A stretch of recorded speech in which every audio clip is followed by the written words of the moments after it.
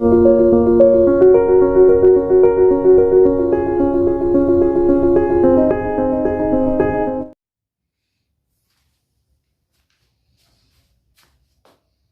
हैं कि बाबर, जिसने मुगल सल्तनत की भारत में नींव रखी, वह एक ऐसा सुल्तान था। नन्ही जान 12 साल की अवस्था में उसके पिता उमर शेख मिर्जा की हत्या कर दी जाती है और वह समरकंद का राजा बनना पड़ा उसे।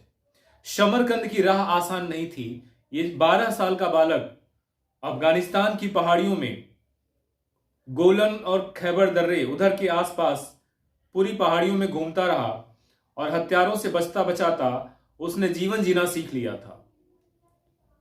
जय हिंद दोस्तों, मैं हरी सर अपने YouTube चैनल हरी सर जीएस सेंटर काशी पर आपका स्वागत करता हूं। दोस्तों, आज आपके सामने एक ऐसा विषय लाया हूं जो पूरे पूरे एक युग का प्रारंभ था। एक संघर्षमय जीवन जिसने अपने संघर्ष के दम पर इतिहास की नई मिसाल पेश की। यह बात और है कि उसका व्यवहार निजी तौर पे कैसा था। वह हत्यारा था, लूट करने वाला था, बाहरी था, लेकिन बावजूद उसके उसके चारित्रिक गुणों का विकास यह एक नया उदाहरण सेट करता है। दोस्तों, जहीरुद्दीन मोहम्मद बाबर,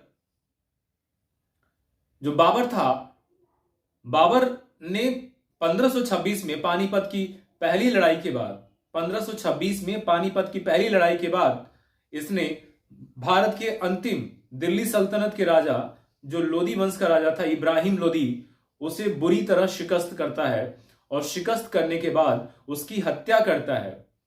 और इब्राहिम लोदी अपने चारित्रिक गुणों के कारण जहां कमजोर पड़ जाता है और उसे भारत जैसा एक स्थापित किया हुआ साम्राज्य किसी और को देना होता है और वह मैदान जंग में लड़ता हुआ मारा गया। वहीं पे दूसरी ओर एक युग का प्रारंभ होता है, एक युग का अवसान होता है तो दूसरे युग का आरंभ होता है। दूसरे युग का आरंभ बाबर द्वारा किया गया, इसे मुगल सल्तनत कहते हैं। तो आज हम जानेंगे कि बाबर, जो कई जगह किंवदंती है, कई जगह हत्यारा है, कई जगह विदेशी आक्रमणकारी है और न जाने कितनी उपमाएं लिए हुए है, इसके बारे में हम जानेंगे। इतिहास में जब गहराई से पढ़ेंगे तो इसके बारे में अजीब अजीब चौंकाने वाले इसके गुण आपको दिखाई देंगे। तो आज हम लोग इन जनरल एक ऐसे कॉन्सेप्ट की बात करेंगे, एक ऐसे विषय वस्तु की बात करेंगे जो आपकी प्रतियोगी परीक्षाओं में निश्चित रूप से पूछे जाएंगे। बाबर मित्रों, बाबर एक कॉम्बिनेशन था। एक तरफ से वह मुगल कहलाया, दूसरी तरफ से वह तिमूरियन कहलाया। मुगल जहां से कहलाया इसका मतलब वो मंगोलों यानी चंगेज खां के वंशज था। माता की साइड से बाबर चंगेज खां की चौथी या पांचवी पीढ़ी था, स्पष्ट नहीं है, लेकिन चंगेज खां का वंशज था। मंगोलिया के आसपास का जो मंगोल चंगेज खां, जो भयंकर आताताई था, जिसके बारे में कहते हैं बच्चों की चंगेज खां ने अपने कालखंड में धरती की 1/4 जनसंख्या को हत्या करके समाप्त कर दिया था। यह आसान नहीं है। लगभग करोड़ों लोगों को अपने हत्या निजी तौर पे, उस समय तो इतनी भारी मात्रा में गोले बारूद भी नहीं थे, तो हत्या जो तलवार भाले और बर्छों से किया गया। इतने खूंखार आतताई मंगोल की वंशज उसकी मां थी, बाबर की मां कुतुब निगार खां, और दूसरी तरफ से जो बाबर था वह टर्किस यानी तुर्की जो आक्रमणकारी हैं, तैमूर लंग, उसकी पांचवी पीढ़ी से अपने पिता उमर शेख मिर्जा की यह संतान था। तो एक तरफ से तैमूर का वंशज था, तैमूर की पांचवी पीढ़ी से उमर शेख मिर्जा थे, और दूसरी तरफ इसकी जो मां थी बाबर की कुतुब निगार खां, वह किसकी वंशज थी? वह मंगोल चंगेज खां की वंशज थी। कहते हैं, बायोलॉजी में एक टर्म है यूजेनिक्स। यूजेनिक्स में कहते हैं कि जब दूर के लोगों के बीच में जब मेटिंग कराई जाती है, जब इनका वैवाहिक संबंध होता है, तो इससे जो कॉम्बिनेशन होता है उसमें जेनेटिक वेरिएशंस बहुत होते हैं। मतलब एक उत्तम क्वालिटी का जो है व्यक्ति उससे पैदा होता है, और ऐसा हुआ भी। बाबर एक तरफ से मंगोल और एक तरफ से तुर्की होने के नाते इसमें जो चारित्रिक गुण थे वो अद्भुत थे। बाबर का जन्म 1483 में हुआ था। कहां पे हुआ था? फरगना में, समरकंद के फरगना में हुआ था बाबर का जन्म। इसके पिता का नाम कुतलुग निगार खां, इसकी मां का नाम कुतलुग निगार खां और पिता का नाम उमर शेख मिर्जा था। बाबर जब लगभग 12 वर्ष का हुआ, 1483 में इसका जन्म हुआ था और 1400 लगभग 1494 लगभग 11-12 वर्ष का था। इसके पिता उमर शेख मिर्जा समरकंद के कुछ क्षेत्रों से संतुष्ट नहीं थे, अपना विस्तार करना चाहते थे। उसी समय इनके भाई जो रहते हैं उनका नाम रहता है अहमद मिर्जा। ये दोनों लोग आमने सामने आते हैं और उसी अभियान के दौरान 1494 में उमर शेख मिर्जा यानी बाबर के पिता की हत्या हो जाती है। बाबर 12 वर्ष की अवस्था में गद्दी पर बैठता है। इस अल्पायु के, इस कम उम्र के बालक को गद्दी पर बैठना और वो जो सिंहासन मिला था वो कांटों का ताज सिद्ध होता है। वो सारे षड्यंत्रकारी, चाहे अहमद मिर्जा हो, चाहे उनके बाकी जितने भी असंतुष्ट सरदार थे, ये सब बाबर को समाप्त करना चाहते थे। इसलिए बाबर जो है अपने क्षेत्र को बचा नहीं पाया और उसे यहां वहां भटकना पड़ा। भटकते भटकते बाबर, समरकंद की राह बाबर के लिए आसान नहीं रही। कई बार उसने आक्रमण किए और कई बार पीछे हटना पड़ा। कई बार किस्मत ने साथ दिया तो फिर किस्मत ने साथ छोड़ दिया। कुल मिलाकर के एक बार जो है यहां पे लिखा हुआ है 1501 में जो है शैबानी खान को हराएगा। 1494 और 1501 के बीच में लंबा कालखंड है, 7 साल है। इसमें शैबानी खान को हराएगा बाबर और क्या होगा, और जो है अपनी चचेरी बहन आयशा से विवाह करता है। लेकिन समय का खेल देखिए, कुछ दिन बाद जब इसकी स्थितियां कमजोर होने लगती हैं, विद्रोह बढ़ जाता है, तो इसकी पत्नी और जो थी आयशा वो इसका साथ छोड़कर चली जाती है। बाबर के हाथ से समरकंद भी निकल चुका था। बाबर फिर से यायावर जीवन जीने के लिए बाध्य हुआ। यायावर मतलब घुमक्कड़, यहां वहां भटकने के लिए। ठीक है, फरिश्ता लिखता है कि बाबर जो है समुद्र की कंकड़ की, जिस तरह समुद्र की लहरें कंकड़ को मार मार के यहां वहां करती हैं, उसी तरह से किस्मत के थप्पड़ों से बाबर इधर उधर लड़ता रहा। यह फरिश्ता लिखता है। इसके बावजूद भी बाबर मजबूत इरादों वाला, हार न मानने वाला और कभी न घबराने वाला शासक था। इन्हीं कारणों से अंततः जाकर के वो, यहां पे लिखा हुआ है कि बाबर जो है अंततः जाकर के 1507 में कांधार और 1512 में समरकंद पर कब्जा करता है। लेकिन फिर किस्मत ने बाबर का साथ नहीं दिया। 1512 में बाबर को वहां से खदेड़ देते हैं उज्बेक नेता उबैदुल्ला खां। उबैदुल्ला खां ने समरकंद, जो बड़ी मुश्किल से बाबर के हाथ में आया था, 1512 में वहां से खदेड़ देता है। अब भारत के सामने पश्चिम जाने का रास्ता बंद हो चुका था, मतलब पीछे उधर काबुल, अफगानिस्तान, ईरान, इराक। अब उसके सामने आगे का रास्ता था। आगे का रास्ता मतलब पाकिस्तान, आगे का रास्ता मतलब पाकिस्तान, और पाकिस्तान के बाद पूरा भारत, भारतीय उपमहाद्वीप। भारत इसके लिए अब भारत कौतूहल का विषय था बहुत पहले से, जबकि ये जान चुका था किसके समय से, गजनबी के समय से, गौरी के समय से। ये जानता था कि दिल्ली सल्तनत, इनकी पूरी की पूरी जो खेप आई है वो कैसे आकर के यहाँ पे सेटल हुई। इसलिए भारत कौतूहल था और उस पर जो है सोने का सुहागा बन गया। भारत के दो विश्वासघाती राजा कह लीजिए। एक तो था राणा सांगा जो राजपुताना का था, और दूसरी तरफ से कौन था, जो इब्राहिम लोदी है उसका चाचा था। ठीक है, तो इन सबों ने बाबर को बाकायदे पत्र लिखकर भेजा कि प्रिय बाबर, आप भारत आइए, भारत पर कब्जा करिए और पूरी प्रक्रिया में हम आपकी मदद करेंगे। बाबर के लिए यह अवसर था और इस अवसर को बाबर कभी भी ये भुलाना नहीं चाहता था, इसे हमेशा भुलाना चाहता था। बाबर ने देर नहीं की और इब्राहिम लोदी के खिलाफ 1526 में पानीपत के मैदान के सामने आ खड़ा हुआ। ये जो बाबर आया था अपने साथ में कई नई चीजें लेकर आया था, जैसे कि तोपखाना। इसने उज्बेकों के बीच में जब ये था अपने युवावस्था की शुरुआत में, तो उज्बेकों से इसने क्या क्या सीखा था, तुलगमा युद्ध पद्धति और क्या एक विशेष तरह की युद्ध पद्धति होती है, इसे तुलगमा कहते हैं, और रूमी पद्धति। ये दोनों पद्धति बाबर ने उज्बेकों से सीखा था। इसके साथ में बाबर की जो तीरंदाज थे वो बहुत ही अद्भुत थे। बंदूकों इसने ईरानी मतलब पर्सियन से इन्होंने बंदूकें चलाना सीखा था और बंदूकें वहां से लेके आया था। बंदूक, तोप और धनुर्धारियों की पूरी एक जमात थी इसके साथ में। कहते हैं कि पानीपत के मैदान में, पानीपत आज का जो है वो, जब दिल्ली से आप हरियाणा जाएंगे तो हरियाणा का लगभग उधर दिल्ली से सटा हुआ जिला है पानीपत। और यही पानीपत के मैदान पर जब दोनों सेनाएं आमने सामने आती हैं, उधर से बाबर था, इधर से इब्राहिम लोदी बहुत रिलैक्स हुआ था। उसे पता था कि यह युद्ध तो अब मुझे जीतना ही है। हालांकि उसे आशंका थी डर की, लेकिन वह रिलैक्स था। लाखों की सेनाएं लिया हुआ इब्राहिम लोदी और उधर कुछ हजारों की सेनाएं लिया हुआ बाबर दिन रात इस जुगत में लगा था कि कोई कमी न रह जाए इस बार के आक्रमण पे।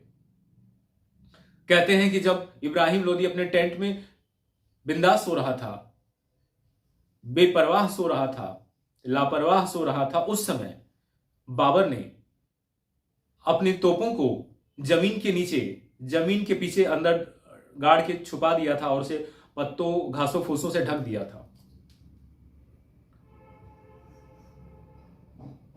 सुबह जब युद्ध का ऐलान होता है, ऐलान जंग होता है, तो उधर से बाबर की तोपें, दैत्याकार तोपें बाहर आती हैं, साथ में धनुर्धर और वो तमाम चीजें जो इब्राहिम लोदी की सेनाओं को सरप्राइज कर दी।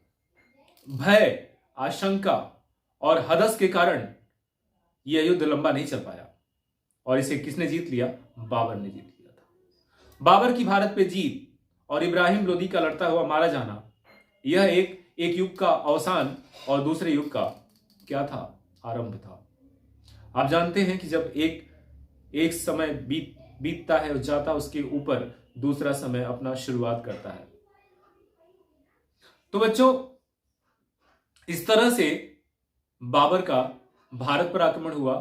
मंगोलों से संबद्ध होने के कारण इसे क्या कहा गया? मुगल कहा गया।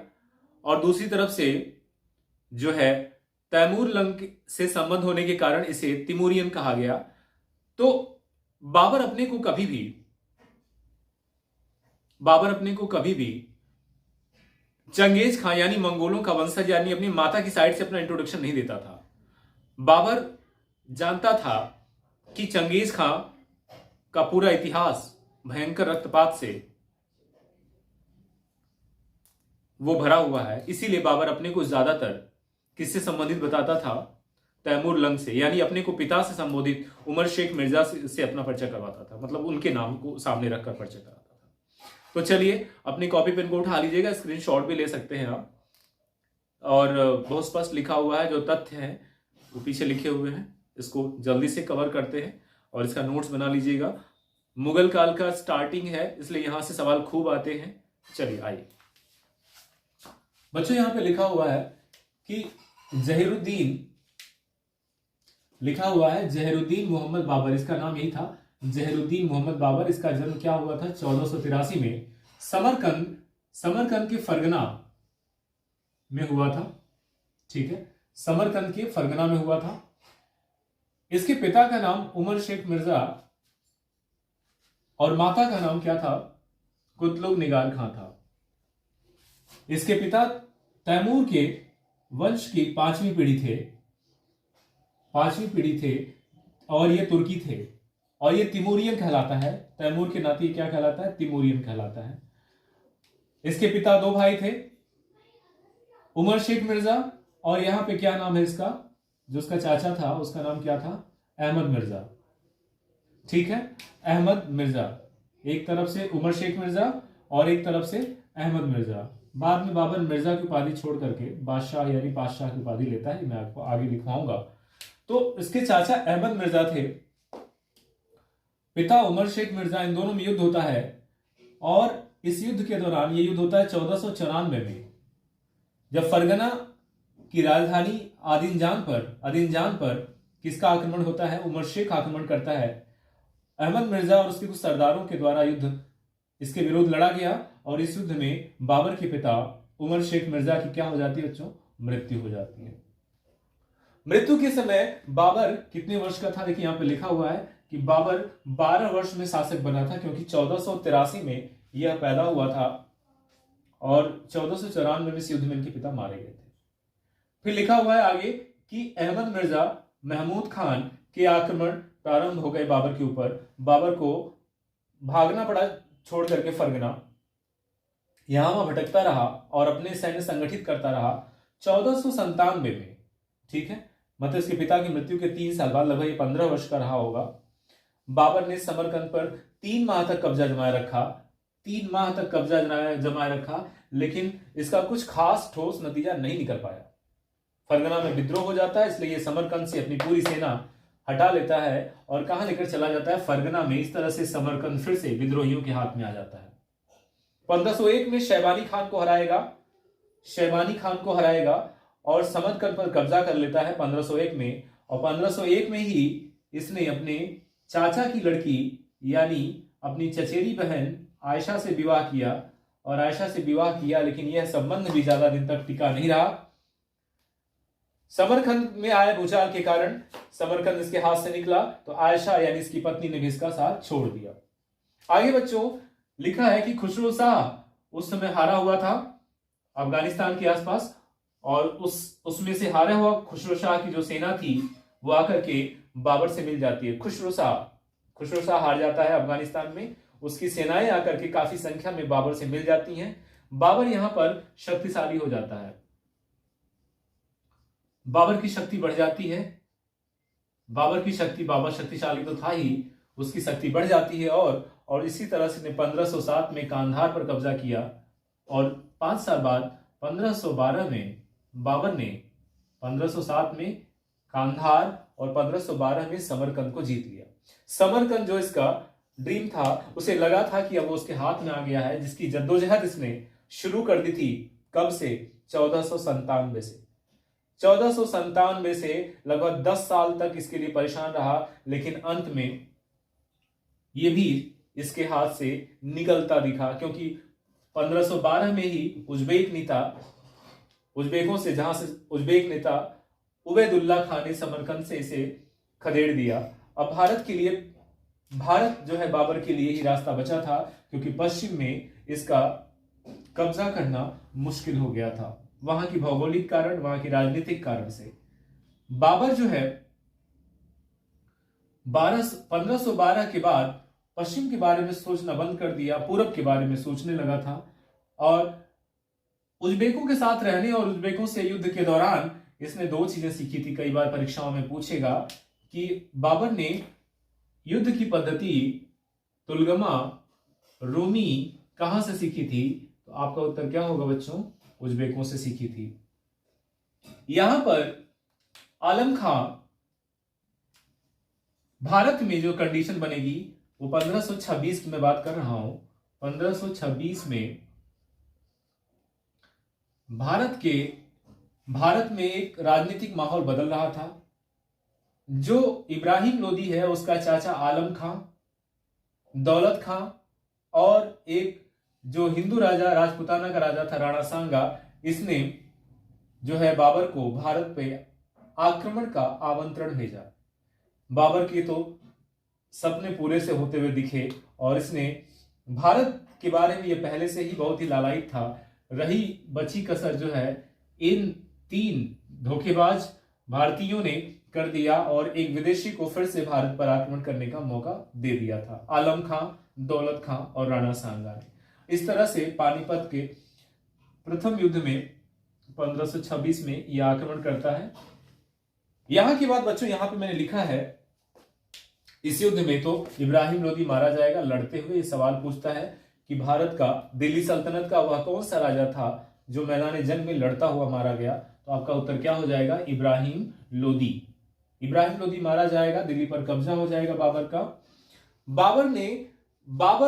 बाबर संभवतः बच्चों उसकी जो डील हुई थी राणा सांगा से वो ये हुई थी कि हम आक्रमण करेंगे और आप मुझे मदद करेंगे वहां पर।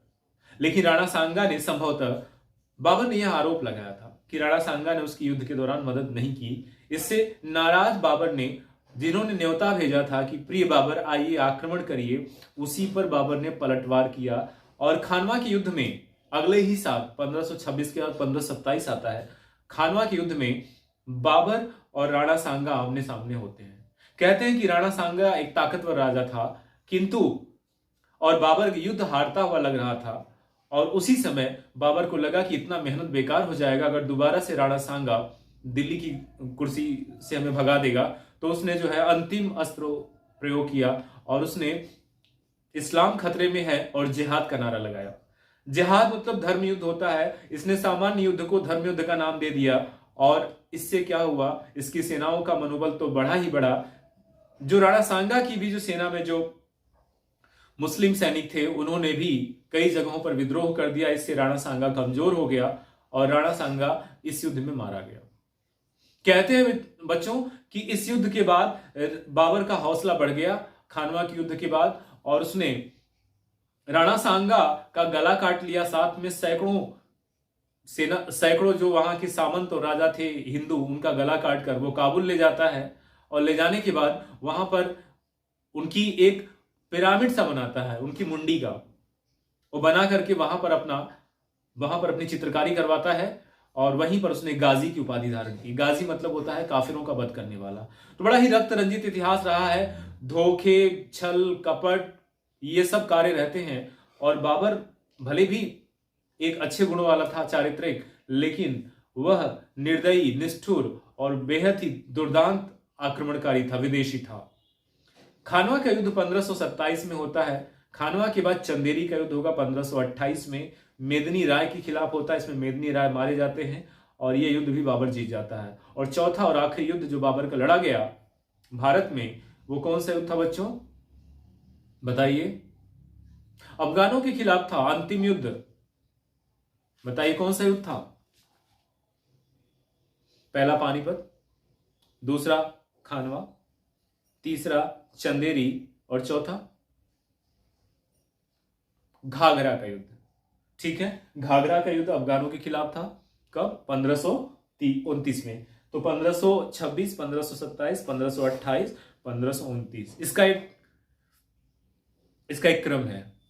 ठीक है, कुछ लोग बनाते हैं पानी पिया, खाना खाया, ठीक है, चंदा लिया और घाघरा नदी पार करके चले गए। पानी पिया, खाना खाया, चंदा लिया और घाघरा नदी पार करके चले गए।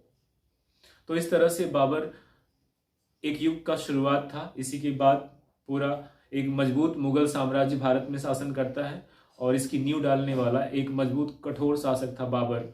और बाबर ने एक आत्मकथा लिखी है, तुझके बाबरी। वो कहता है, वह 4 मुस्लिम राज्यों और 2 हिंदू राज्यों की बात करता है, जिसमें वह विजयनगर बहमनी के एक शक्तिशाली राजा की बात करता है बाबर। हालांकि कहते हैं कि कुछ लोग जो है मोतबिन खान ने इसे पूरा किया था तुझके बाबरी को, लेकिन यह आत्मकथा बाबर की है। कहते हैं कि बाबर जो है उसने एक मुगल पद्धति में मुगल गार्डन का जो है उसने निर्माण करवाया, और भी कई काम हैं, वो आपको डिटेल में अगले एपिसोड में दिए जाएंगे जब हम मुगल काल को आगे बढ़ाएंगे। तो कुल मिलाकर के बाबर का बैकग्राउंड, बाबर का भारत पे आक्रमण के परिणाम, कुछ विशेषताएं कि पानीपत के युद्ध में क्यों इब्राहिम लोदी हार गया और क्यों बाबर जीत गया, इसका उत्तर आपके पास होगा ही कि इनके पास उस्ताद अली और मुस्तफा नामक 2 तोपची थे, निशाना बहुत सही लगाते थे। उस्ताद अली और मुस्तफा, इन दोनों की सहायता से और तोपों की सहायता से, तुलगमा युद्ध पद्धति और रूमी पद्धति की सहायता से, और कुशल नेतृत्व के दम पर, और ताकतवर तो था ही बाबर, इसके दम पे इसने भारत पर अपना कब्जा जमा लिया। ठीक है, इसके बाद पानीपत के बाद कौन सा है? खानवा का युद्ध। खानवा के बाद चंदेरी का युद्ध, चंदेरी के बाद घाघरा का युद्ध। से नोट कर लीजिएगा, 1-1 साल के अंतराल पर है। इसके बाद इसके 4 लड़के होते हैं। कौन कौन होता है? हुमायूं, कामरान, हिंदाल और अस्करी। बाबर कहता है हुमायूं से कि देखो हुमायूं, ये जो साम्राज्य बनाया गया है ये बड़ी मेहनत से बनाया गया है, अगर इसे बचाए रखना है तो तुम्हें निरंतर सतर्क और जागृत रहना पड़ेगा, इसके लिए काम करना पड़ता है। लेकिन दुर्भाग्य ये रहा कि हुमायूं अपने पिता की बात को लगता है बहुत गंभीरता से नहीं लिया, और आगे चल के आपको पढ़ाएंगे मुगल काल का दूसरा एपिसोड। अगर आपको ये सारी चीजें आपके वैल्यू एडिशन, आपके नॉलेज के वैल्यू एडिशन में मदद करती हैं, डिफरेंट टाइप ऑफ फीलिंग देती हैं, एक इमेजिनेशन में मदद करती हैं बच्चों। तो इस वीडियो को ज्यादा से ज्यादा शेयर करिए, सब्सक्राइब करिए, लाइक करिए, और क्या कहते हैं उसमें बेल आइकॉन आता है, बगल में एक बेल आती है, उससे दबा देंगे तो हम जो कुछ भी नया बनाएंगे इस तरह से इनोवेटिव हर विषय का बना रहे हैं, वो उसका नोटिफिकेशन आप तक पहुंच जाएगा वीडियो बनने के साथ ही। अपना ख्याल रखें, मस्त रहें, फिर मिलते हैं अगले वीडियो में, तब तक के लिए जय हिंद।